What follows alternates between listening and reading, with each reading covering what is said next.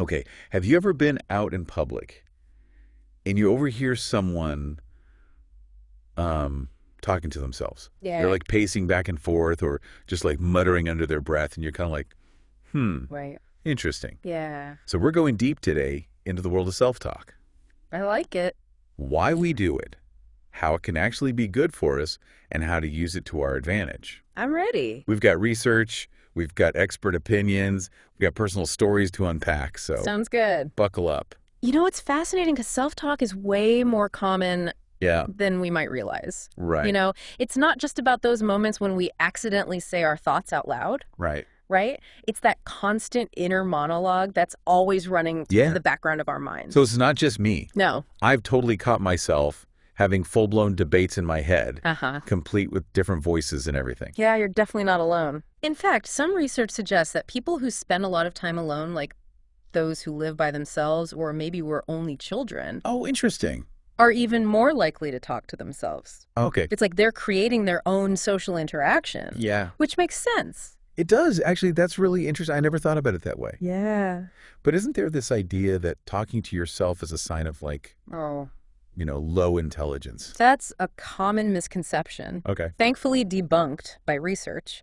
It turns out that self-talk is actually linked to a whole range of cognitive benefits, Wow. including better problem-solving skills, improved memory, and even increased creativity. Okay, so we've established that self-talk is normal and not a sign of being off. Right. But why do we do it? Yeah. Is it just our brains being weird, or is there Yeah. something more to it? There are actually several reasons why we engage in self-talk, Okay. and they all point to it being a pretty valuable tool. One of the key functions is emotional regulation. Think of it like a thermostat. Your feelings for your feelings. Yeah. When things get heated, self-talk can help you cool down, find perspective, or maybe even give yourself a pep talk.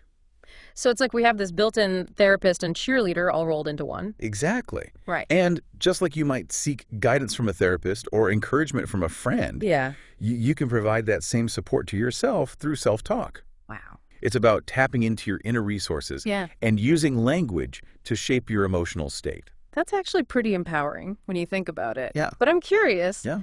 are there any downsides to all this self-talk? Yeah. Could we get too caught up in our heads? That's a great question. And it is important to be mindful of the quality of our self-talk. Okay. Constantly criticizing ourselves or dwelling on negative thoughts can obviously be detrimental. Right. But on the flip side, if we can learn to use self-talk in a positive and constructive way, Yeah. it can have a profound impact on our well-being. So it's all about being intentional with our self-talk, right? Exactly. Not just letting our minds run wild. But actually choosing the kinds of conversations we want to have with ourselves. Precisely. And just like any skill, it takes practice. Yeah. The more we pay attention to our self-talk and experiment with different techniques, the better we become at using it to our advantage.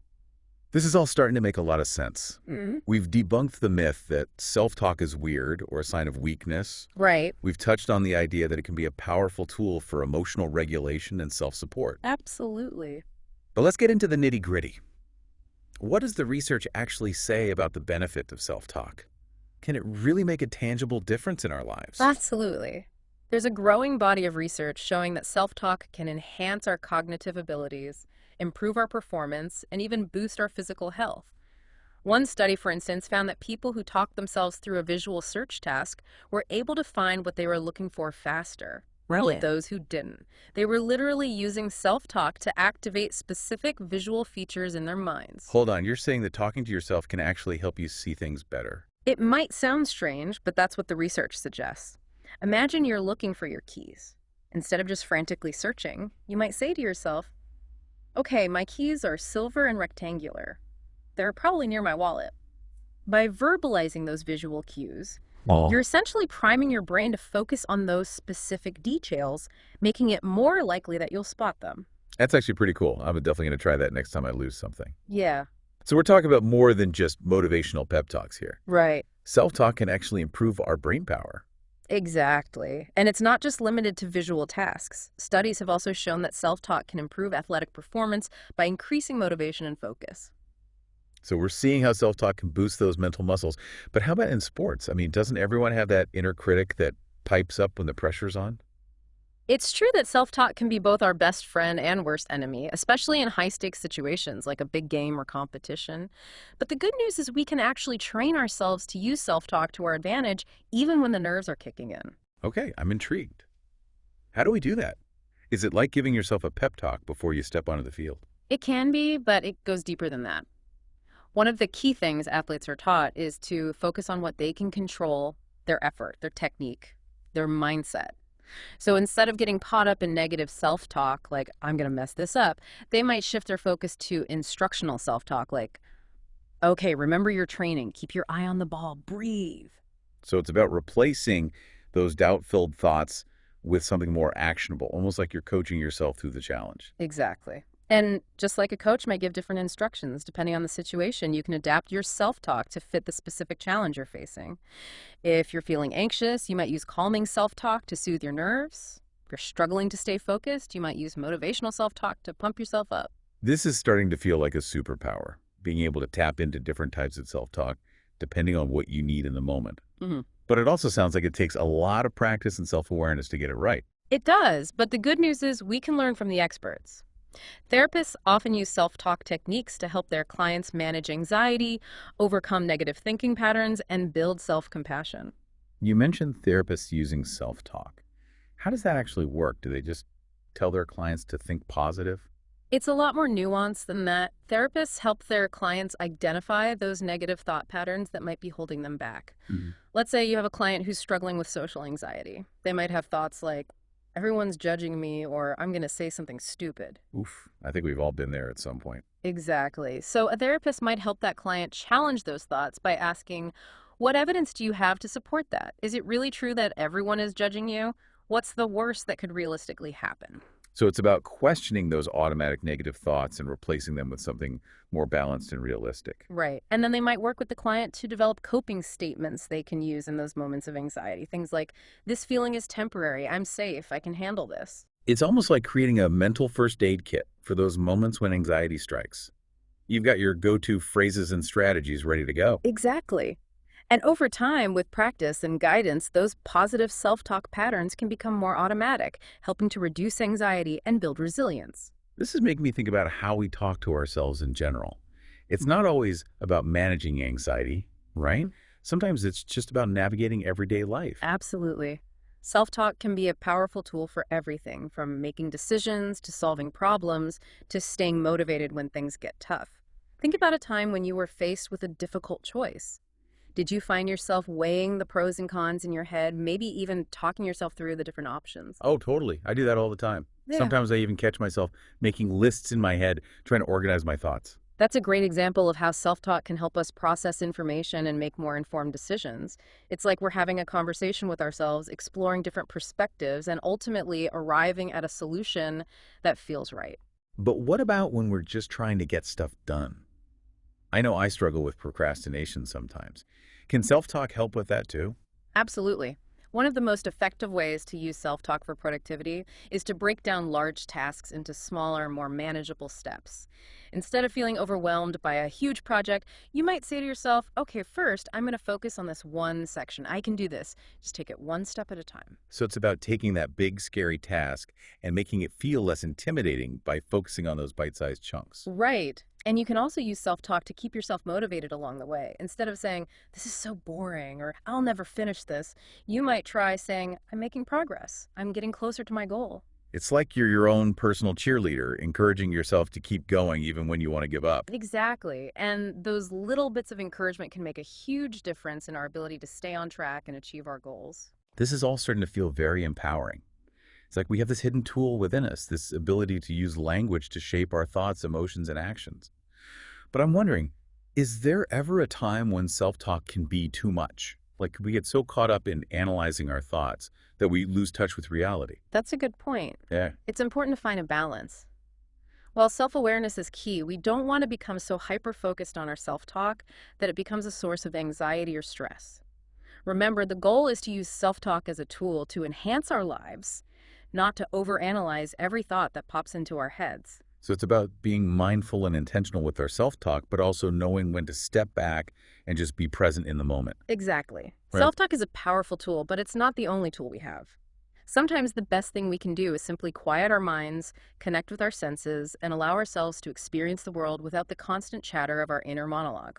That's a great reminder. We've been talking a lot about the different ways we can use self-talk to our advantage. But you mentioned earlier that there's a specific technique that can be especially powerful, talking to ourselves in the third person. I have to admit, I'm still a little skeptical about this one. How does that actually work, and why is it so effective? It might sound strange at first, but Mm. research suggests that talking to yourself in the third person can create a sense of psychological distance that helps you manage your emotions and view situations more objectively. Okay, but isn't that just as strange as talking to yourself in the first person? Yeah. How is that really helpful? Think about it this way. When you're feeling overwhelmed by emotions, it's like you're stuck in the middle of the storm. But when you step back and talk to yourself as if you were someone else, it's like you're observing the storm from a safe distance. You can see the situation more clearly and make calmer, more rational decisions. I'm starting to see what you mean. It's like you're taking on the role of your own coach or mentor, offering yourself guidance and support from a more detached perspective. Exactly. It's like having a wise friend who can offer you a different perspective and help you see things in a new light. And because it creates that psychological distance, it can be particularly helpful for managing strong emotions like anger, anxiety, or frustration. So instead of saying, I'm so angry right now, I might say, my name. You're feeling angry. What's going on? What can you do to calm down? Precisely. By addressing yourself in the third person, you're creating a space between your emotions and your actions, allowing you to respond more thoughtfully rather than reacting impulsively. And research suggests that this simple shift in perspective can actually have a significant impact on your ability to regulate your emotions. This is blowing my mind. It's like a Jedi mind trick for your emotions. In a way, it is. It's about using the power of language to hack into your own brain and create a more balanced, resilient emotional state. I love that. So we've covered a lot of ground here. We've learned that self-talk is not weird. It's a powerful tool for regulating our emotions, making decisions, staying motivated, and even enhancing our cognitive abilities. We've explored different types of self-talk, from instructional to motivational to third person, and we've seen how therapists use these techniques to help their clients thrive. But I'm wondering, are there any potential downsides to self-talk that we should be aware of? Could it ever backfire? That's a great question, and it's important to be mindful of the potential pitfalls. While self-talk can be incredibly beneficial, there are a few things to watch out for. First, it's important to make sure your self-talk is realistic and aligned with your values. So no setting ourselves up for disappointment with overly ambitious or unrealistic goals. Exactly. It's about finding a balance between challenge and support. If your self-talk is constantly putting you down or setting you up for failure, it's going to do more harm than good. That makes sense. It's like anything else. Too much of a good thing can sometimes be a bad thing. Absolutely. There are so many practical ways to make self-talk work for you. It's like having a whole toolkit of strategies at your disposal. Okay, let's dive into that toolkit. Then what are some of those must-have strategies? Something our listener can try right after finishing this deep dive. One of the simplest yet most effective techniques is to simply become more aware of your self-talk patterns. Throughout the day, just notice what you're saying to yourself, especially during times of stress or challenge. Are your thoughts mostly positive and encouraging, or are they critical and self-defeating? That makes sense. Awareness is always the first step to making any kind of change. Exactly. And once you've identified those negative thought patterns, you can start to challenge them and replace them with more positive and constructive alternatives. It's like reframing the conversation you're having with yourself. So if I catch myself thinking, I'm going to mess this up, I might try saying, I'm well prepared and give it my best shot instead. Exactly. It's about shifting your focus from what could go wrong to what could go right. And it might feel a bit silly or forced at first, but with practice, it can become more natural and automatic. Okay, I can see how that would be helpful.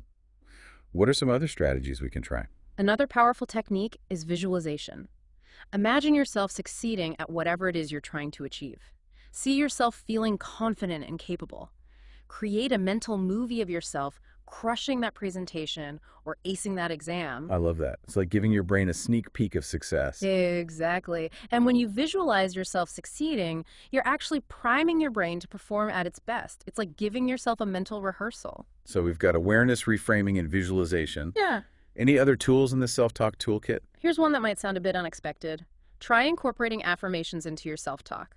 Affirmations are positive statements that you repeat to yourself to reinforce a particular belief or desired outcome. So instead of saying, I'm so bad at this, I might say, I am capable and I am learning. Exactly. It might feel a bit cheesy at first, but the more you repeat those positive affirmations, the more your brain starts to believe them. And when you believe in yourself, it can have a powerful impact on your actions and your results. I'm starting to see how all these strategies work together. It's about becoming more aware of our self-talk, challenging negative thoughts, replacing them with positive ones, visualizing success, and using affirmations to reinforce those positive beliefs. Hmm. It's like we're creating a whole new internal dialogue that supports our goals and our well-being. Exactly. It's about taking control of that inner voice and making it your biggest cheerleader instead of your harshest critic. This has been such an eye-opening conversation. I feel like I have a whole new understanding of the power of self-talk and how I can use it to my advantage. Hmm. But before we wrap up, I'm curious, is there a wrong way to talk to ourselves? Are there any potential pitfalls we should be aware of? That's a great question. While self talk can be incredibly beneficial, there are a few things to keep in mind. First, it's important to make sure that your self talk is realistic and aligned with your values. Setting unrealistic expectations or engaging in overly critical self talk can be just as damaging as negative self talk. It's all about finding that balance between challenge and support. So no setting ourselves up for disappointment with overly ambitious or unrealistic goals. Exactly. And it's also important to be mindful of the context. While self talk can be helpful in many situations, there are times when it might be more appropriate to seek support from others or simply to be present in the moment without the distraction of our inner chatter. For example, if you're feeling overwhelmed by a particular problem, talking to a trusted friend or therapist might be more helpful than trying to solve it all on your own through self talk. That makes sense. It's about recognizing when we need external support and not being afraid to reach out for help. Absolutely. And finally, it's important to remember that self talk is just one tool in our overall well being toolkit.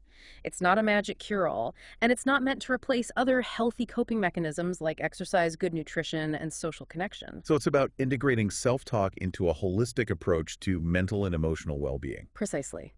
When we combine positive self talk with other healthy habits and practices, we create a powerful synergy that can help us thrive in all areas of our lives. This deep dive has been incredible. It's like we've unlocked a hidden superpower, the ability to shape our thoughts, emotions, and actions through the power of language. And remember, it's a skill that anyone can develop. With practice and intention, we can all learn to use self talk to our advantage. So to our listener out there, next time you catch yourself talking to yourself, don't just brush it off. Pay attention to what you're saying. Are you being kind to yourself? Are you encouraging yourself? Are you setting yourself up for success? If not, maybe it's time to tweak that inner dialogue. And remember, you are worthy of kind, compassionate, and encouraging words, even if you're the only one listening. I love that. That's the perfect note to end on. Thanks for joining us on this deep dive into the world of self-talk. Until next time, keep those inner conversations positive.